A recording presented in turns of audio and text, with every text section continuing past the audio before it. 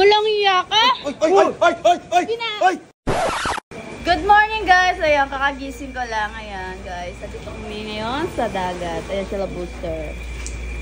So, ay, tarantado ka talagang juban ka.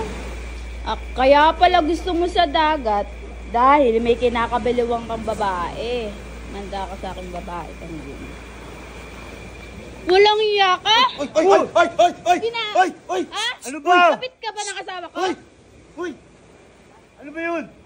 Ay, pare! Ano ba, Mare? Anong ginagawa mo dito? Pare kasi, dinamay ako sa vlog niya eh. Eh bakit nakabra ka pa? Ito nga daw gusto niyang ipagawa sa akin eh. Ano ba yan, Weng? Eh akala ko kasi babae mo Nagpa-vlog kami, ayun oh. Ano ba yan, Mare? Parang tanga naman to, ulit na naman.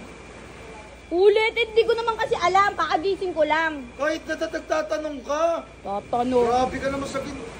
Wala na nga itsura nga na ito, parang ano na eh. Eh haba-haba na buhok, kala ko babae. Ay, may problema yan tayo sa'yo eh. Lagi na lang tayong ganyan eh.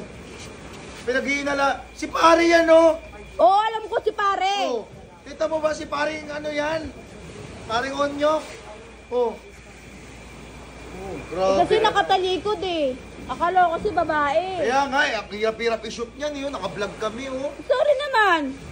Ayoko lang pare, kanina pa tayo nagsushoot. Pagod na ako. Ikaw eh. Ano? Awag ako! Eh malay ko ba? Grabe ka! Alam ko kakagising ko lang. Siyempre bungad ko, kala ko babae mo eh. Nagpa-vlog ka kami. Puro ka babae, puro ka hinalay. Huwag ka mag-alala. Hindi kita iiwan. Hindi kita mapalitan. Dadagdagan kita. Ayun, mas mahirap. Ha? Dadagdagan Sabi mo. nga nila, pag swerte ka na sa babae, ang babae ka pa rin. Para mas maraming babae, mas maraming swerte. Aroy! Swerte talaga yung sampal. Pasok ko sa loob.